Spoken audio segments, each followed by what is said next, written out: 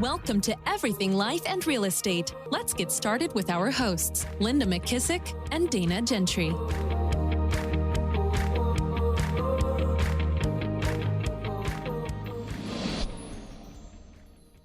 Hi, everyone. Welcome to Everything Life and Real Estate. I'm Linda McKissick. And I'm Dana Gentry.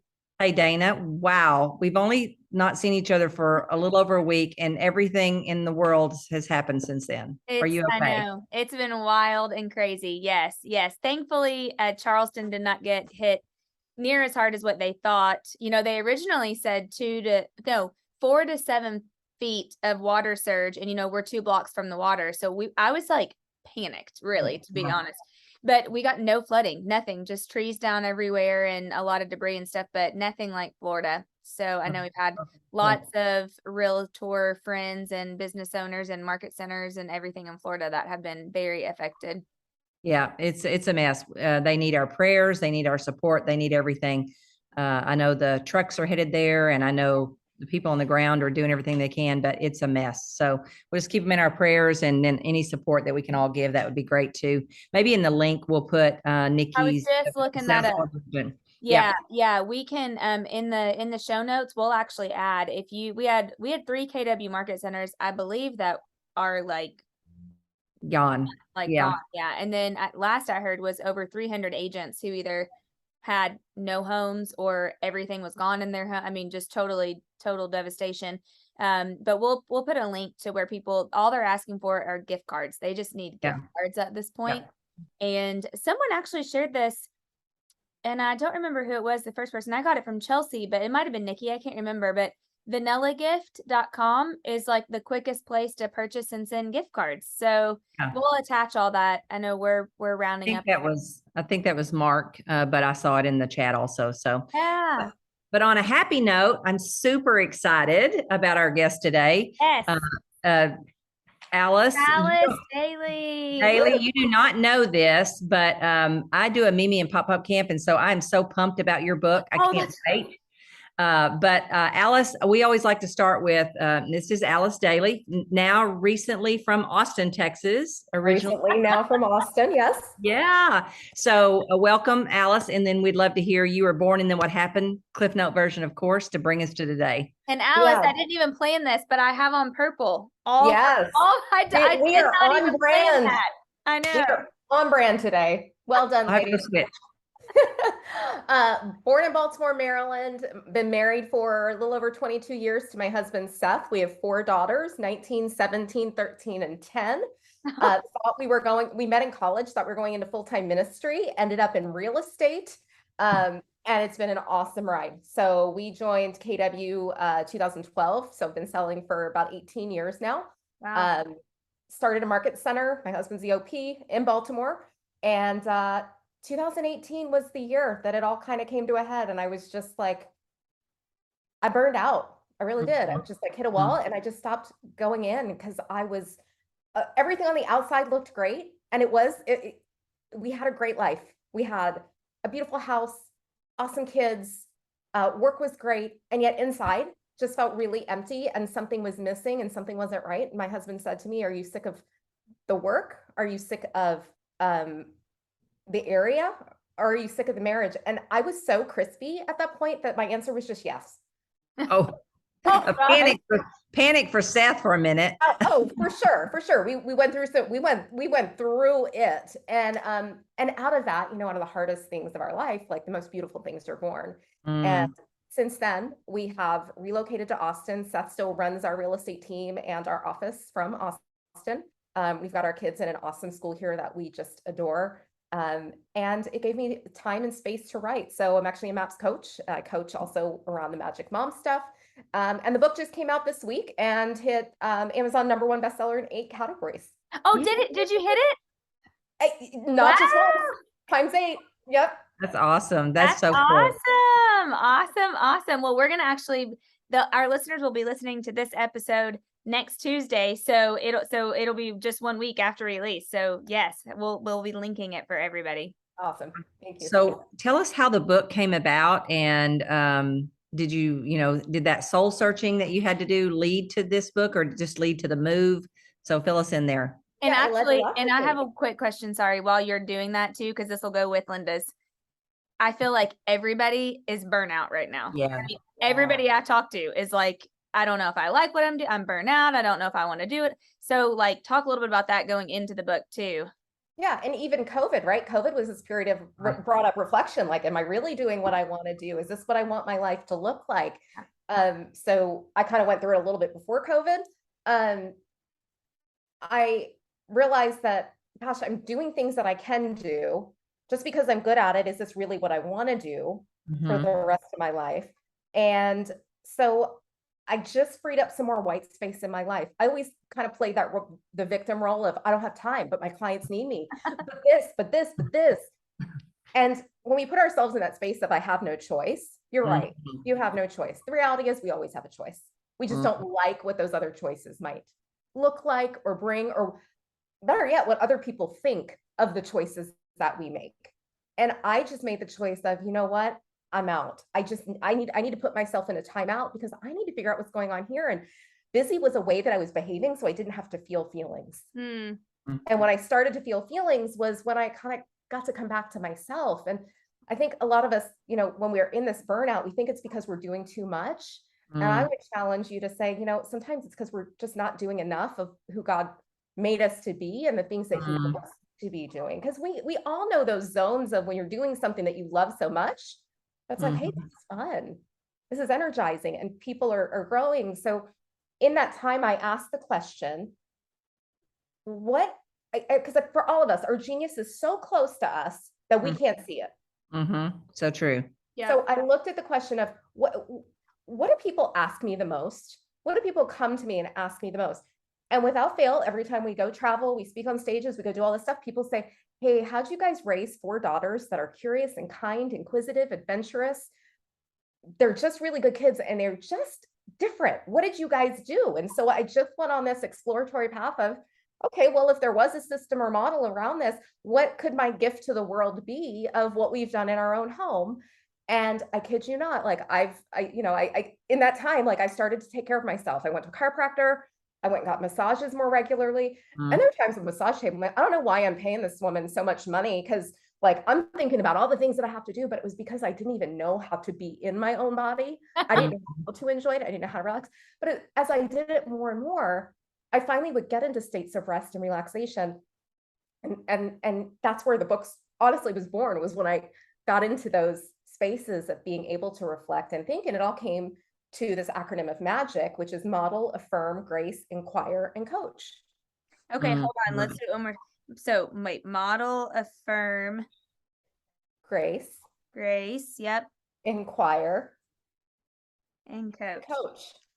So the book is written in 5 parts around this, you know, I call in the book, I call it 5 principles to unlock your natural gifts to raise entrepreneurial daughters. Love it. Love it. Love it You know, so much.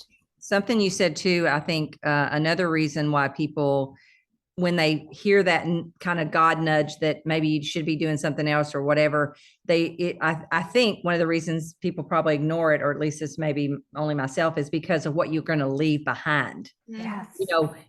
Wait, but I've got 18, 20 something years building this. And if I say yes to whatever this other thing is, I'm going to have to say no to that. And that's terrifying.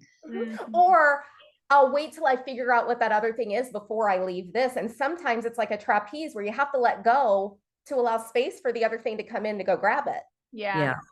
You know, she said 2 things, Linda, that made me think of. One, in that unique ability exercise, it's like everybody stays in what you're really, really good at and what everybody thinks you're really, really good at. But most of the time it doesn't give you energy. But really your unique ability is what you're really, really good at. And it gives you energy. Like you can do it and keep doing it.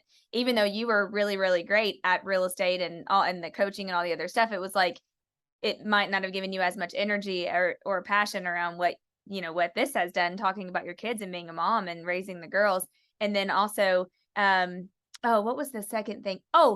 You said you couldn't relax. And we've talked before on the podcast how on vacation, we have to go longer days because it takes like 3 or 4 days to just be able to unwind, like to even enjoy the vacation.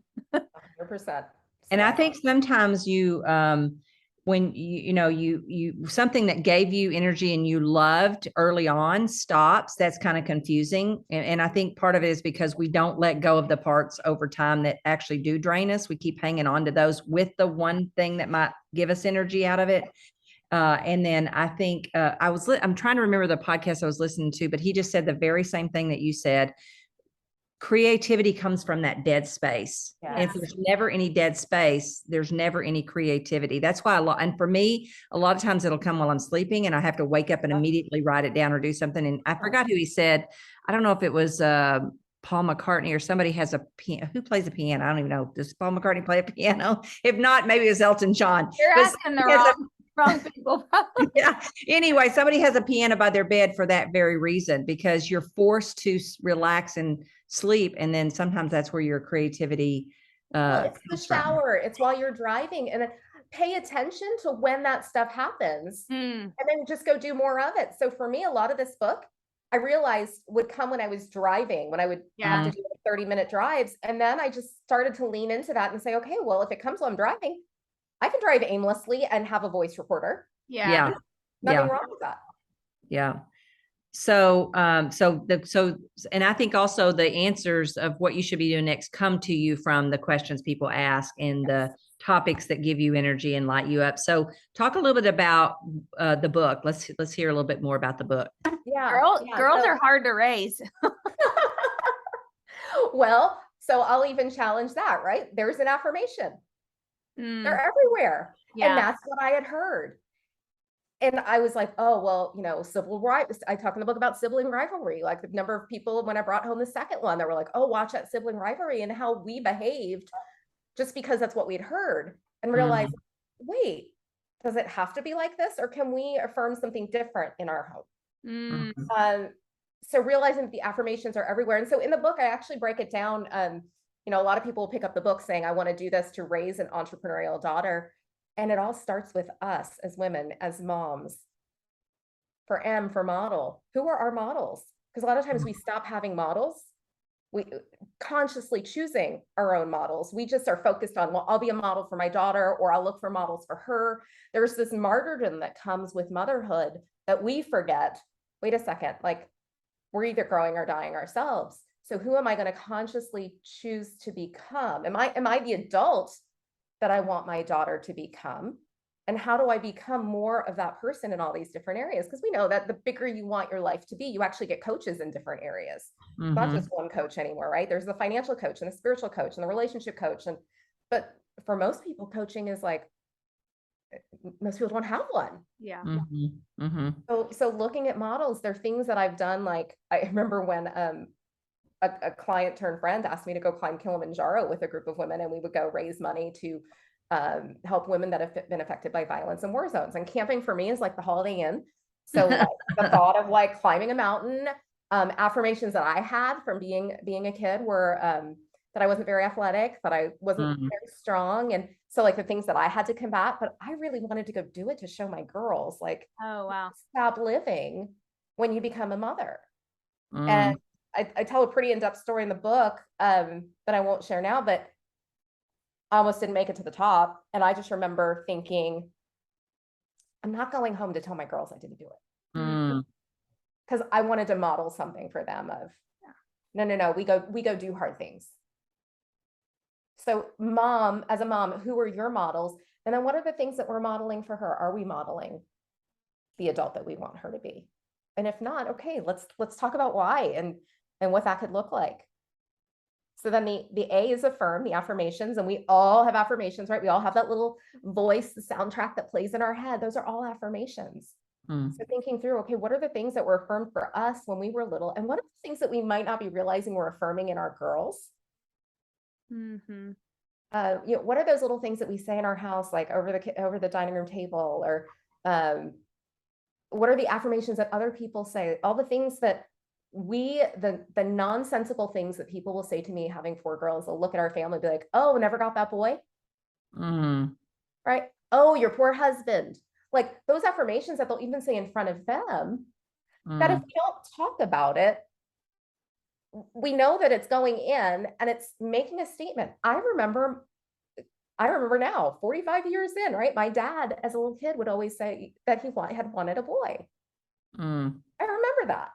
Okay, so why is having a boy more valuable?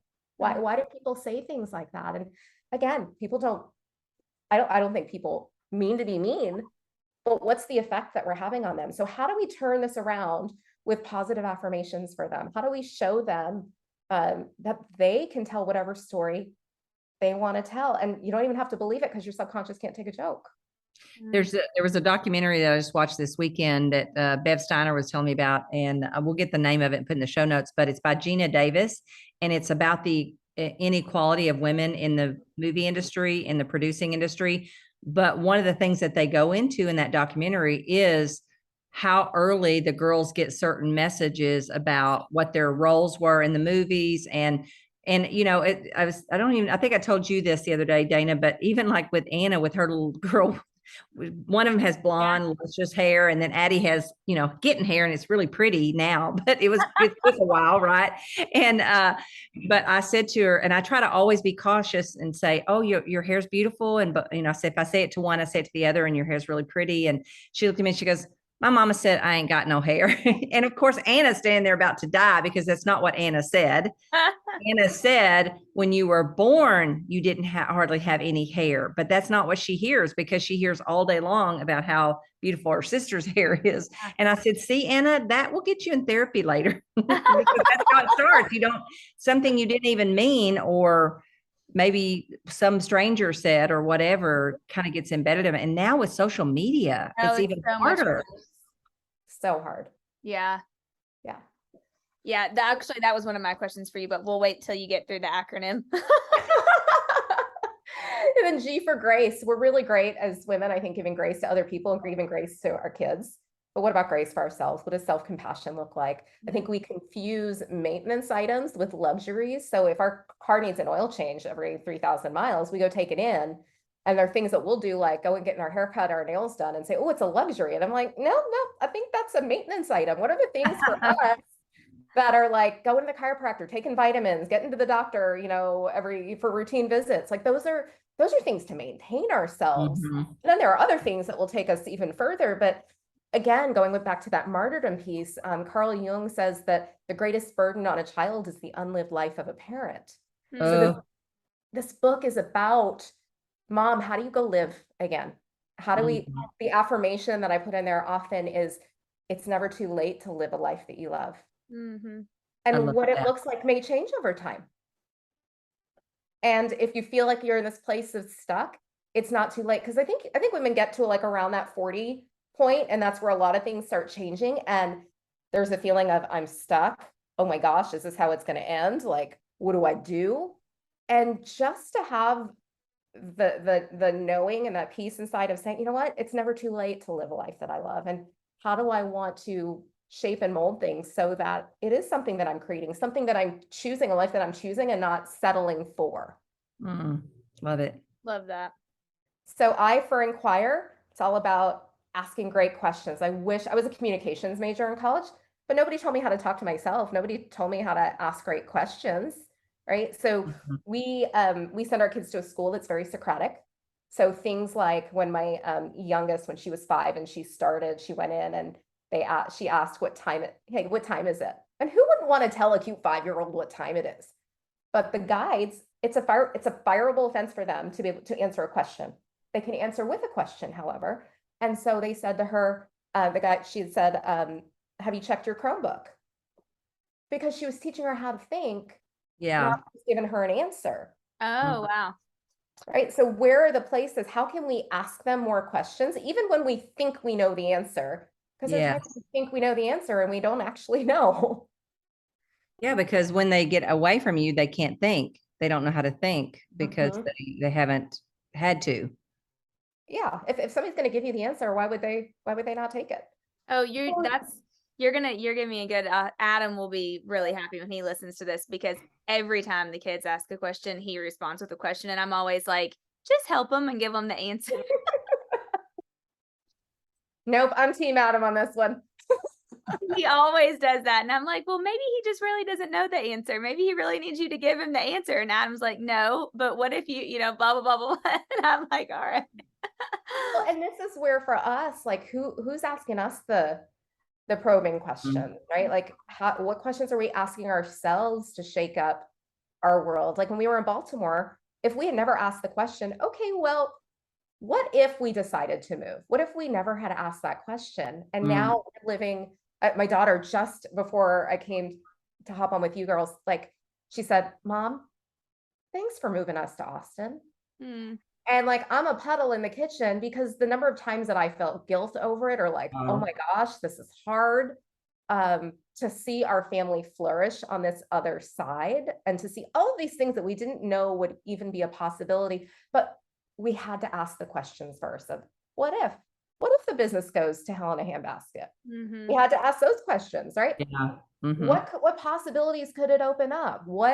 Who questions are the best ones? Who could be our models in this? Who's done this before? Who could we ask, some advice from? Like starting to ask all of those questions made this whole other life possible that people look at and are like, wow, you guys did that. I want to do that too. That's probably the number one thing I've heard. Yeah. I was terrified of telling anybody. And Wendy Papazan said, when I asked her, I'm like, what do I tell my clients? What do I tell people when they ask us what we're doing? And without skipping a beat, she said, well, you tell them you're living your dream and you want to help them live theirs too. I was like, oh, when you let your light shine, you give others permission to do the same. Got it. Yeah. Yeah. So was it the school that mainly made you move like to pick Austin, or was there any other criteria or anything that helped? There were definitely other criteria that helped. It was definitely the school. We actually had franchise rights to open one in Baltimore. And as I got closer to opening it, the more I was like, I don't want a job and I don't want to plant myself in a city more that I don't really want to be in. Right. So the question was, can we go to the city where it was originally founded? Warm weather was criteria. And then we had a contingency of friends that were more acquaintances at the time that were like, okay, well, we got a little bit of instant community. And so what's the environment that we want? And, if we want to travel, are we able to do international travel from there? So we had our list. Yeah, that's great. Love it. Yeah, love it. And were you in Austin through this hot summer? Because that's not normal. It was a really hot summer. We actually ended up traveling for about 7 weeks of it. We were in Montana and Idaho. Yeah. So, yeah, be careful what you pray for because you didn't mean that hot. I don't mind it. My Montana-born husband has a little more of an issue, but oh well. We get a pool here, which we wouldn't have had in Maryland. So there's we saw those beautiful pictures. Yes, you guys need to come stay. Yeah, Amazing. sure. Amazing. Love it. And the last part is coach. So I talk through the differences between a coach, a consultant, and a mentor. And coach, like when we have the 0 to 18, these years, we have a very short time to be their coach. And coaches are vested in the game. They want the player to win. Sometimes they call the play. Sometimes they let the player call the play. But if we do our job really well for those 18 years, when they leave, they'll call us to be the consultant. They'll say, hey, Mom, I'm thinking about this, and this, what are your thoughts? Right. So if we do our jobs well, then we earn the right to become that consultant later on. So having adult children is awesome. We've loved the teen years. The teen years for us have been really fun, but a lot of it is because we've had those affirmations in place of we're going to enjoy every season of where they are, and whatever age they are, that's going to be our favorite age because that's what we chose. And we've had for ourselves, we've had coaches over the years in all these different areas, and we're not afraid to change it up, add another one, take one out. Just what does our life require right now? How do we want to grow, and who can best help us get there? Because coaches are there to help shortcut. Yeah. So true. Yeah. Love that. Love that. So good. So do you have an end game in mind for the book, or is it just where it takes you, you're going to go? Or yeah, I do. So the book was really just the opening of the conversation. So there'll be there's an online community, there's a course coming in the next month or two, and then a little inner circle community where for me, I realized as I really dug deep into my own values, I need to get face to face with people again.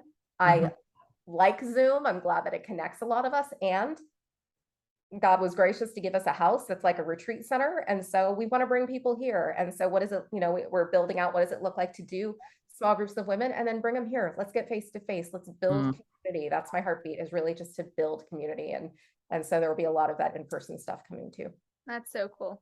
I love that. Cool. Love that. Very cool. I have like just a couple quick fire questions, since everyone who knows y'all says they have the best daughters. I mean, even today I was talking to Terry Foster about something, and I told her you were going to be on the podcast, and she said, well, it's proof because she has the best daughters ever. So, okay, couple quick rapid fire. It's social media. Like what has been your take? How have you raised them around social media? Yeah. So we've never had we haven't had hard, fast rules about, well, when you're 13, you get this. We have conversations around, okay, well, if you were to get it, what would be the positives of it and what would be hard about it? Mm-hmm. So it's for us, it's about keeping the conversations open so that we know that they're talking to us. It's the minute that you make something taboo, that you make it a hard, like, oh, now I want it. Mm-hmm. Right. So we'll talk about, so our 13-year-old now, she's got a phone, but she hasn't asked for social media. It's just not something she's interested in. She's more into music. So we follow that trail of follow what they're passionate about, what they're interested in, because we know that if they say yes to something, they're saying no to something else. So if they want something, okay, what about that's important to you? And we'll go 3 deep, just like a coach would do with us, right? Hey, okay, and what about that's important to you? What about that's important to you? Okay, and if you get this, then what does that mean over here? So just having the conversation, asking really good questions about it, because it's not the same for every kid. Yeah. Ever. That's awesome. So what can people expect from the course? Because I know a lot of people listening to this are going to say, okay, good grief, I love all of this. Where do I start? I haven't done maybe as good as I think I should have. Or of course, what mother doesn't always think that, right? Yeah. But I would love to kind of start implementing some of this. Will the course kind of guide them on some activities or what? Start with the book. The book is going to do that. The book has reflection questions after every chapter. The chapters are short on purpose because we're women and we don't have time. And no, it's not on Audible yet. It will be on Audible early 23. But the book has reflection questions, and I think it's best gone through with a girlfriend. Okay. I've got lots of clients that are buying them and doing as book clubs with their own clients, because I think you can build business from it too. Of course. That's what we're going to do, is engage our databases, because as real estate professionals, we know so many people that need this conversation too. So anytime you're going to go through something, take somebody else along with you, because that's where the conversation opens up best. Love that. Love that. It. Okay, I have one more quick one.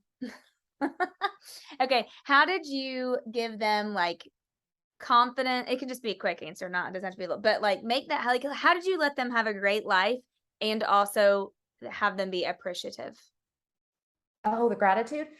So we started taking them to personal growth things that I think a lot of people would think was crazy early on. So a lot of times when we go to conferences and stuff, there are things that'll be like, oh, you can bring your kid, but there's childcare. And we were like, well, if we're going to pay for childcare anyway, why don't we have them come sit with us inside, even if they play on their iPad or whatever, or the little Nintendo DS things or whatever they were playing with at the time. They'll hear something, or they'll talk to another adult, and the adult will say exactly what we would have said, but when it comes from somebody else, it sounds much better. So we would put them in rooms where they were the youngest ones, and we knew they didn't know a whole lot of what was going on, and it didn't matter, because we knew that we know they're sponges and they're absorbing things, and their environment matters. So we put them in those places really early, and we built our business writing thank you notes. So they did too. They wrote them to their teachers and to their classmates, and they still do it now. They're like, Mom, where's the box of notes? I need to write a note. Oh, yeah. That's right? great. It's a habit. It's a practice. So if you do it as a family and model it for them, to them, it's normal. Yeah. And it's not too late, right? Because I want to make sure that women listening aren't feeling the guilt of like, oh my gosh, I wish I had. Well, the best time to plant a tree 5 years ago, next best time right now. Yeah. Because I'm growing too. I'm not the same mom for my fourth born as I was for my first. So true. Yeah. Yeah. Love it. Love it. So Alyce, where can they find you? Where can they get the book? What means would you like for them to reach out to you? Yep. Alyce Dailey, AlyceDailey.com, ALYCE Dailey. So AlyceDailey.com. Instagram is great. And you can get the book on Amazon, or if you go to the website, you'll get some links right there. And there's free bonuses if you go to the website. So I would go to the website because there's a free 90-minute workshop. There's some free printables, downloadables, all that sort of stuff. Love Awesome. it. I'm going to immediately get this stuff because Mimi and Papa Camp are coming right before Thanksgiving every year. And so I'm going to get this immediately because just so happens all my granddaughters are, well, except for one boy, are all girls and he's grown. So we're going to start with the grandkids and go from and there. I will say, because here's a question I've gotten in the last week quite a bit is, well, does this work for boys? Yes, it works for boys because they're principles, right? Principles transfer all the way around. So Awesome. I'm just a girl mom, so if you can get past some girl stories, then you're all right. Linda, Awesome. I thought of you this morning at church when, John Maxwell spoke at our church today, and he was talking about his grandkids, and he said, and if you don't feel this way, you will feel this way. After I say this, you'll resonate, but grandkids are the gift that God gives you for not killing your kids. For sure. Absolutely. For sure. I love it. I love it. Yeah, my mom was like that. My mom was there. She was like, that is so true. Yes, so true. Well, Alyce, thank you for number one, listening to your heart and your soul and going on this journey and helping so many other people with this book and everything that comes to follow. And just remember, if you have not hit subscribe, please go ahead and do that now. And the greatest compliment you can give Dana and I would be a review, and also to pass this podcast along to someone who would love to listen to these conversations. If you have a question, a challenge, or an opportunity that you'd like to discuss on the podcast, reach out to us at info@everything life and real estate. And Dana, I'll see you next week. And Alyce, thank you so much for your time. Thank you, Alyce. Bye. Be sure to subscribe for more business strategies and tactics to inspire you to live an abundant real estate life. Don't forget to rate and review so we can bring you the best content. Find this and other valuable information at everythinglifeandrealestate.com.